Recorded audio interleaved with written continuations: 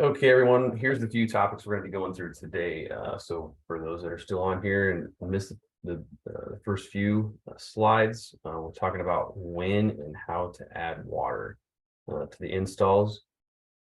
Looking at the new offset feature in the CropX mobile app and when to use different styles of augers and what we recommended going into the 2023 season. We'll also look at the extensions and how they will be able to help you in tall crops doing the install and how to protect your cables from damage from rodents.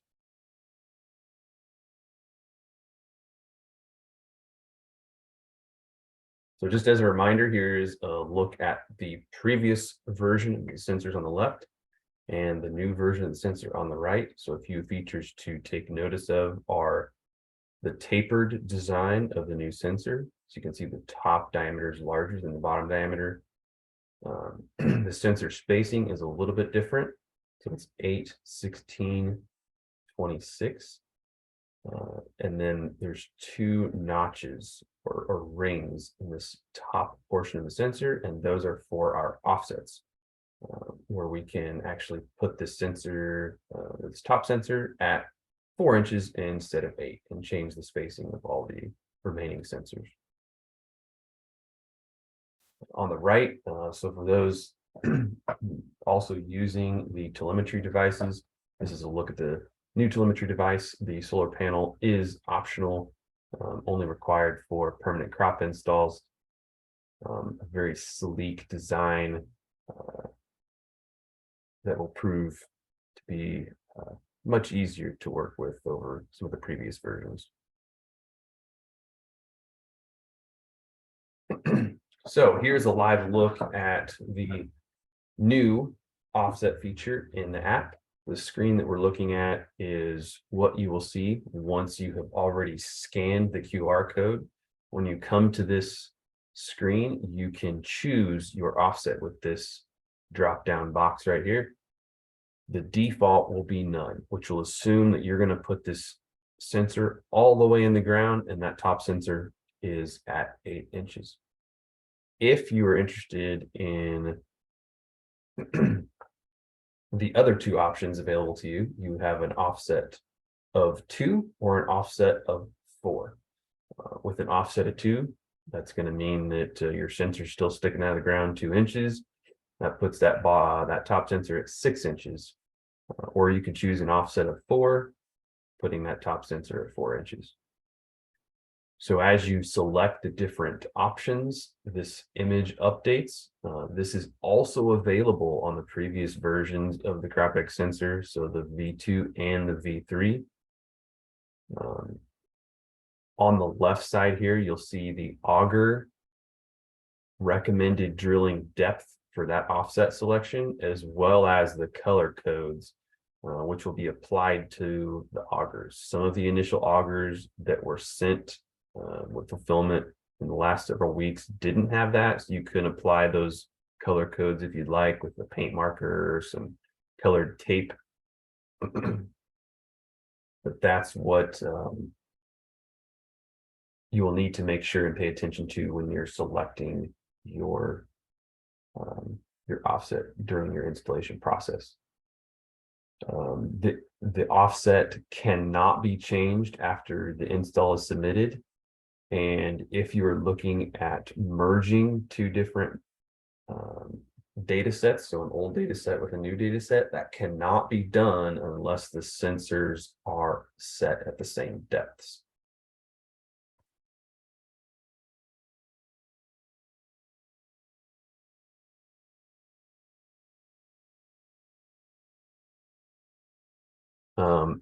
Some of the questions that we had here were what the different reasons would be for choosing these different offsets. So folks in the South are working with hard pans that they need to not install that sensor all the way in the ground. A lot of row crop types of situations, you're going to have pivots that might be applying lower amounts of water. And a lot of times that's not going to infiltrate all the way to 8 inches. And so to capture that infiltration and that irrigation, it's better to have a sensor that's higher up in that in that top foot. Other situations would be shallow rooted crops like potatoes. So whatever the grower or the dealer determines is a best fit for their situation, they can use the offset needed.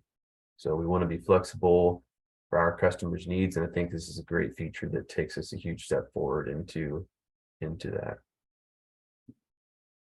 Another example would be turf farmers, that they really want to see that top 4 inches.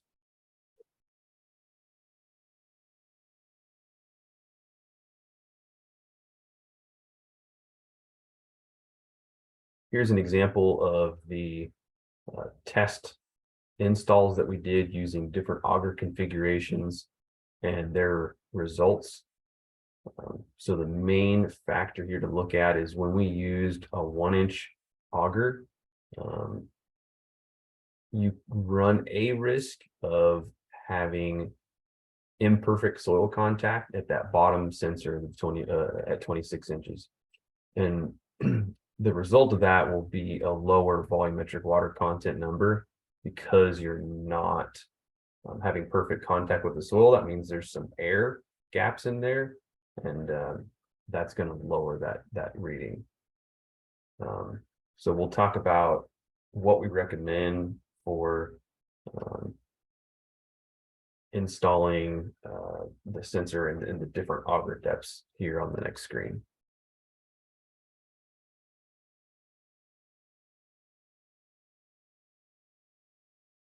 Nick, you see that question from James? Yeah, I'm scrolling down to the bottom here. Gotcha. And one thing, Matt, you're going to be in corn for the most part, so I imagine we're waiting to send you the install kits that actually have the extensions on them.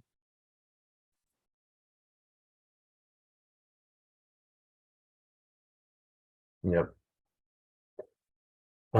The question was, if you've installed the sensor at full depth, could the sensor be backed out using the same hole? Essentially, if you put the sensor all the way in, but then you wanted to raise it to use the offset feature, should you just back it out or install into a new hole? I would absolutely recommend installing it into a new hole, because as you back that out, I think you're messing with the soil contact on those top 2 sensors and the spirals. To use an Arkansas term here, you would be wallering out the hole. That's a good term. Yep, good question. There we go. So the 1-inch auger, the Syntec auger, which for those that have never seen or used any of those types of products, it is a tapered auger. And if you remember from our other hardware presentations, our sensor is tapered now. So the bottom diameter is less than the diameter of the pole at the top of the sensor. And there's a lot of advantages to having that that will greatly benefit you. So that's why this does fit our sensor shape very well. And then here's a little bit of an undersized auger at 3/4 of an inch. The bottom diameter of this part of the pole is right at about 1 inch.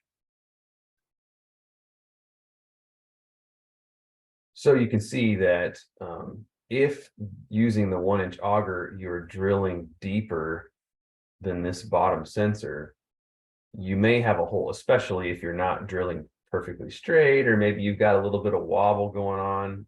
You can oversize that hole and therefore have a little bit of an air gap.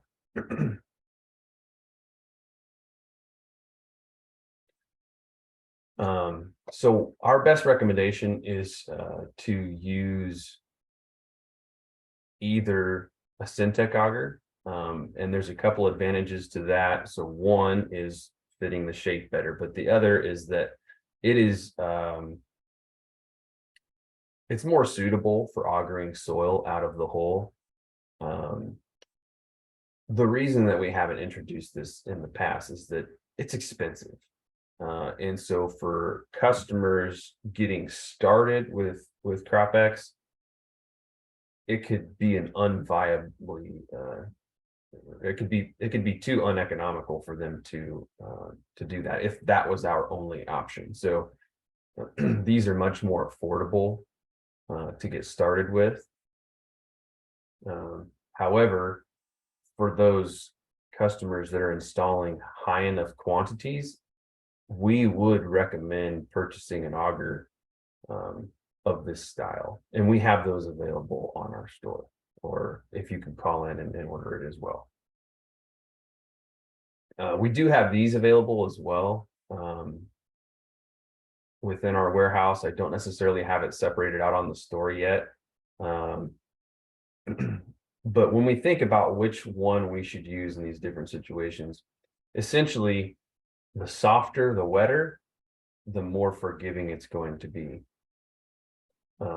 If you're into a softer, wetter soil, you could even use this 1-inch auger, and see the markings here that match the offset feature.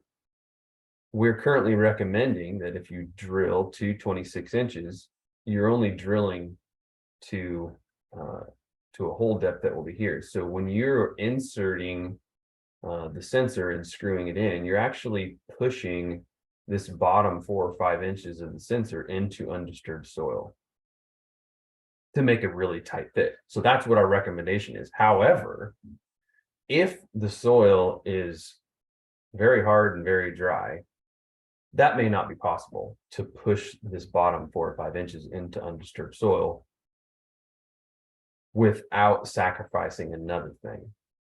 And that is, essentially, you can only produce so much downforce with however hard you're pushing on the bar and how much downforce you can apply with these spirals. And if you can't overcome how hard you need to push this into that bottom 4 or 5 inches, you run the risk of essentially turning this into an auger instead of a screw. And what that means is that as you're spinning that final 4 or 5 inches into the ground, you don't want that sensor to spin in place, because then you are disturbing the soil around these spirals, and then you'll kind of flip that effect that we saw back on those results, and then you might see some low VWC values in those top 2 sensors. So we want to avoid that if possible. Now, is this a detrimental effect either way? No, I think you can still manage water, but you need to be aware of it, and you need to look for those signs, especially on that initial reading, which is now part of the notification system. When you're confirming your first transmission, it tells you those initial volumetric water content readings for the sensors. So you can take a very quick look at that and make sure that makes sense for what you're observing in the field and what you expected.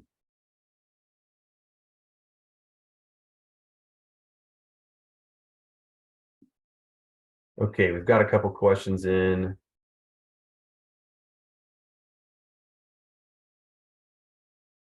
Just recommending using paint. Yep. So I've been using paint markers on here. Those work well. Obviously, yellow would not be good for yellow, but yeah, those work well. If a Syntec auger is worn down, is that an issue for installing a V4? No, because I don't think it's not that sensitive to the diameter.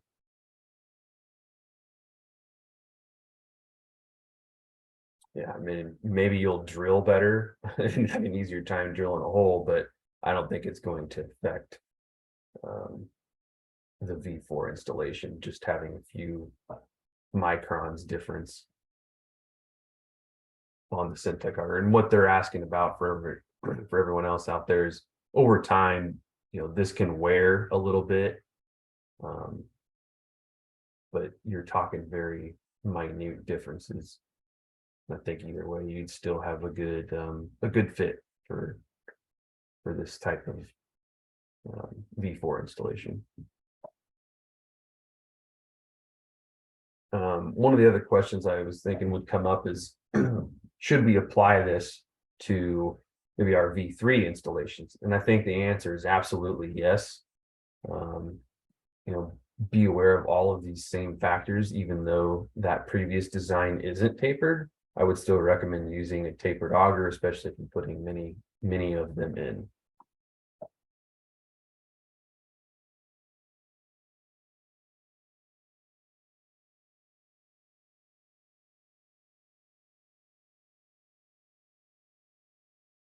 So moving on, kind of the next thing, and if there's any other questions that come up, go ahead and unmute yourself or put in the chat. Here's a look at what the extension will look like. We've had delays on the procurement and shipment from the suppliers on these parts. So the install kits you've been receiving just contain this top bar, which of course you can use directly into the top of the sensor. This is only needed if you're working in a tall crop that's tight against the sides of the sensor as you're trying to put it in, and getting yourself up above that. The default on this length is 14 inches, is the one that is the prototype I've been working with, if anybody's curious. So that's a look at how that will work for the extensions, which again, like I said, are still coming, and we'll get those out as soon as we can, because we know install season is coming close, very close.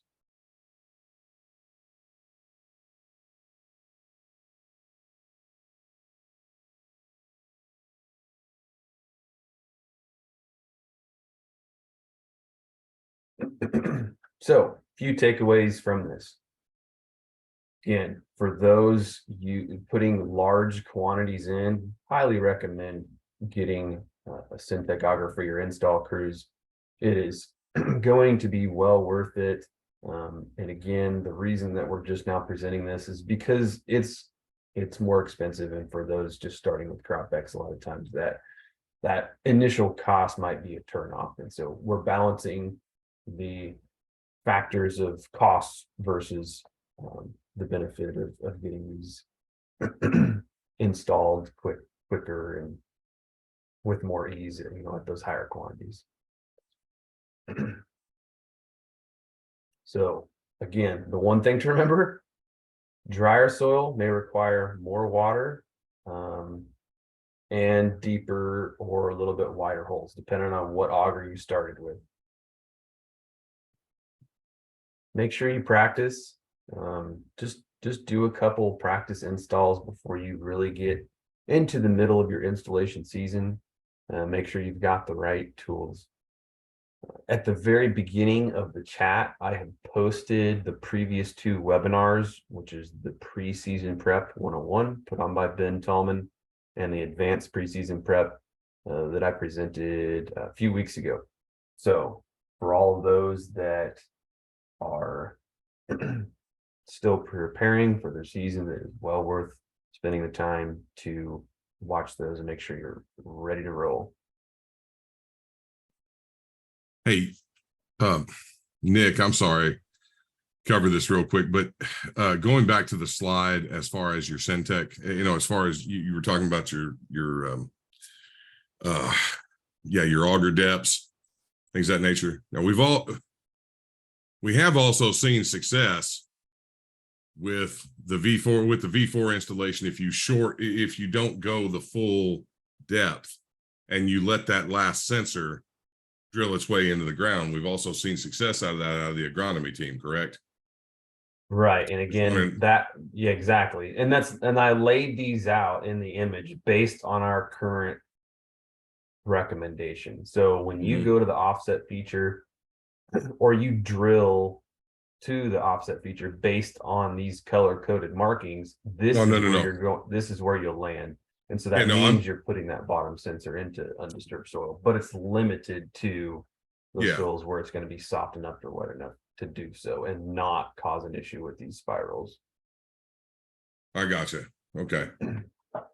But but you're thinking that regardless of, even in the harder soil types, the Syntec sensor is going to, the Syntec, excuse me, not sensor, but the Syntec tool is going to be, an auger is going to be better. Absolutely. And Okay. that's not just because of all of this stuff related to the sensor. It's simply just an easier auger to use and drill a hole with. I mean, FYI, like these are very sharp. And these, yes, of course, they're sharp enough to drill soil, but there's a big difference between what can slice your hand open and what can't. And I'll show a video, which is the same video we went through, like in the preseason prep. But it's a really good idea to take a manual observation when you're drilling the hole. And I do that. I usually wear a glove in my right hand. And so when you drill down, say, at the first foot, you can take a chunk of this soil off of this auger here to do a manual observation of both the moisture and the texture. And that can kind of start to set up your expectations for those initial readings that you'll get once you go ahead and scan the sensor.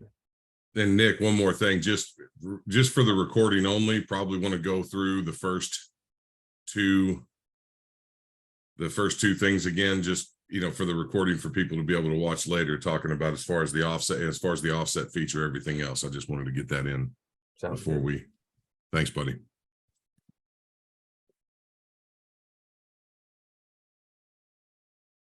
Okay, I'm gonna go ahead and bring up the video.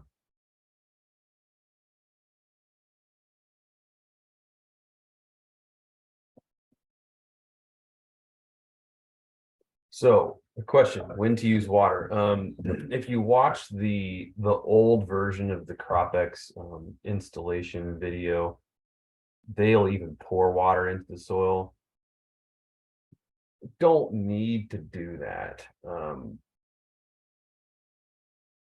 Our best recommendation is using water as a lubricant, essentially, and that's both for the auger, whatever auger you're using, and applied to the sensor before you start screwing it in. Now, there probably are situations where the soil is dry enough that it will require more aggressive use of water. So rather that's just spraying it even more often, or maybe even pouring it into the hole. But for the most part, I don't think people need to do that. And so if you don't need to do it, don't do it.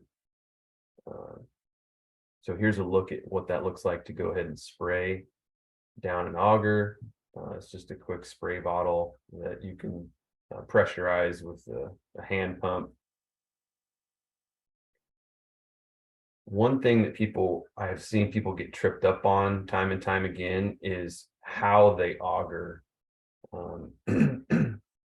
If you watch closely, you're kind of taking 2, 3, 4 inch chunks at a time. And so there's kind of a down and up, down, like 2 steps down, 1 step up, 2 steps down, 1 step up, to remove the soil from the hole. If you just go 1, 2, 3, 4, 5, 6, 7, 8, 9, 10, 12 steps down, you will sink your drill and auger into the soil to where you can't move it, and then you just kind of have to back it back out and start over. You have to take small bites at a time. So watch for that as it kind of goes down, comes back up, down, come back up, down, come back up. We were doing some install training last week and we saw that happen. So that's fresh on my mind.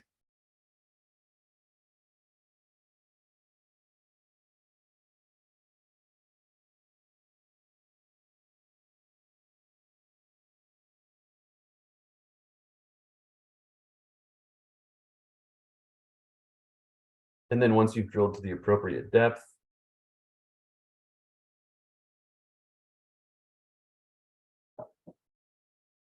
You can apply the water, which I had already done at this point, to the pole of the sensor. And then in this case, I'm just using the long bar straight into the top of the sensor. And here's another critical point.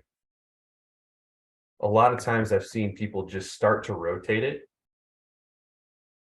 without applying down pressure.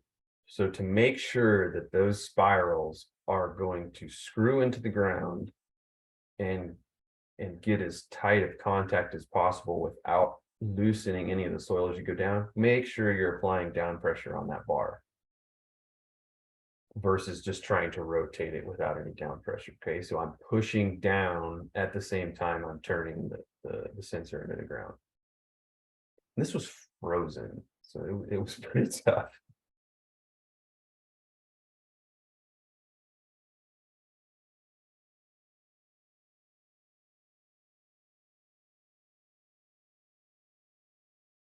If at any point that you are rotating the sensor and you don't feel it is going down anymore, that's probably the time that you would want to either A, drill a deeper hole, because you might not be pushing that bottom 4 or 5 inches into the undisturbed soil, or use more water, or both.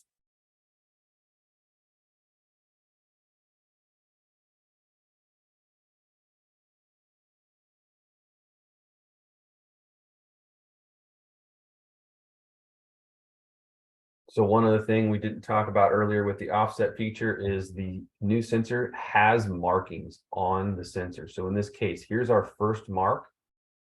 That would be for our 4-inch offset. And here's the second mark. That would be for the 2-inch offset. Otherwise, you would normally go to where the sensor is essentially flush, or the bottom of the mushroom is essentially flush with the top of the soil. So I'm going to stop here. I've used my 4-inch offset. I would pick that in the app. And then we'd have our first sensor at 4 inches.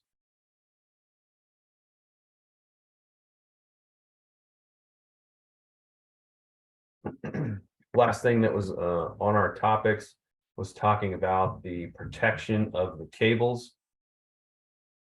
So also available in the store, or if you'd like to call in and order this, is nylon split loom. So you can apply this protective outer layer on the cable to make sure that you reduce the risk of a rodent damaging the cable in season. So again, that would only be for tall crops that you've got this cable attached to. Keep in mind that you can easily remove the antenna and attach it directly to the top of the sensor. So you don't need to use the cable unless you're in a tall cropping, or you need to get higher to get better cell reception.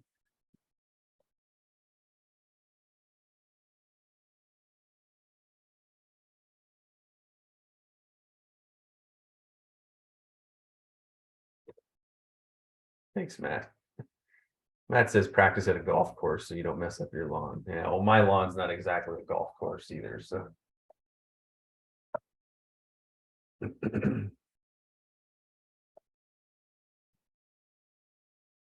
Any other questions?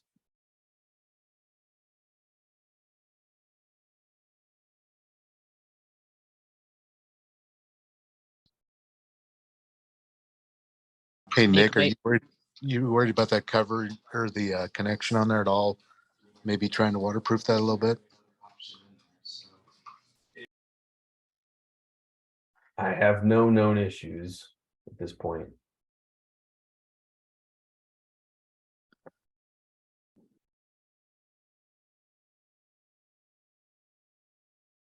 What are we worried about, Matt?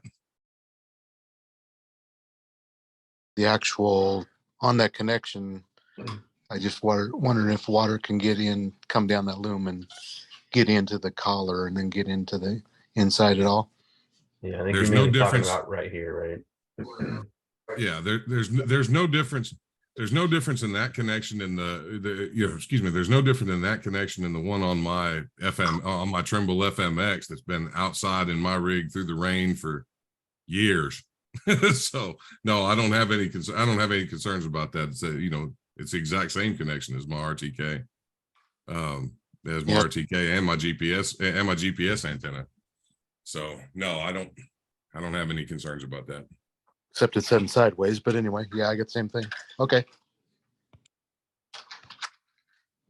A few other questions. Is there an aid for battery charging with the V4 probes? Is there a job aid? I'm not sure if you're asking about if there is a multi-port USB charging solution, or so Lloyd, if you could unmute and clarify, that'd be great. Rebecca, how do you get the tops off? So especially when you first get these sensors, they're probably going to be pretty tough to open, and that's because they've traveled on an airplane, and they're very tight in terms of airlock. So you just need to use the bar to rotate this about 1/8 of a turn, and it pops right off. Let me grab one here. See how much of a man I am. If these are, like I said, if they've been traveling, then a lot of times they have, have a pressure difference inside, right? So this is just 1/8 of a turn. And the cap kind of has a cam locking system there. So I just put the cap on like this. You can see it's not aligned with the ears. And you just lock it in place.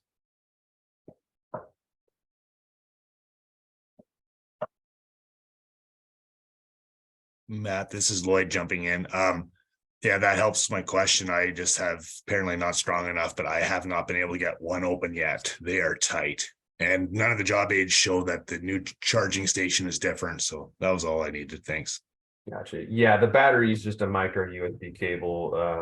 All the sensors come with a micro USB cable. So the charging process should be much easier compared to the previous versions, because you can just remove these and go set them up on a desk somewhere instead of having to connect them directly into the sensor. There is a notch on the battery. So last week I experienced the first instance of somebody trying to shove the battery in backwards.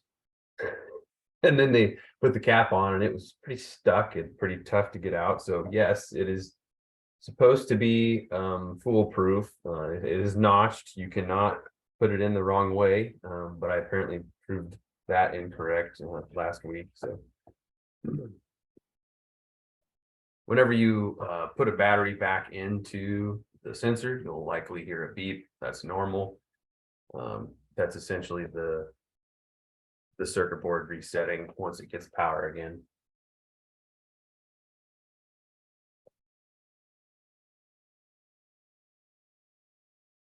Nick, about the charging of the black battery, just to mention that solid red is charging and solid green is full charge.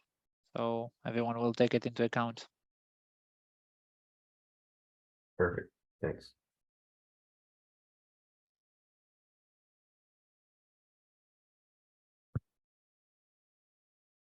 Don't forget the review.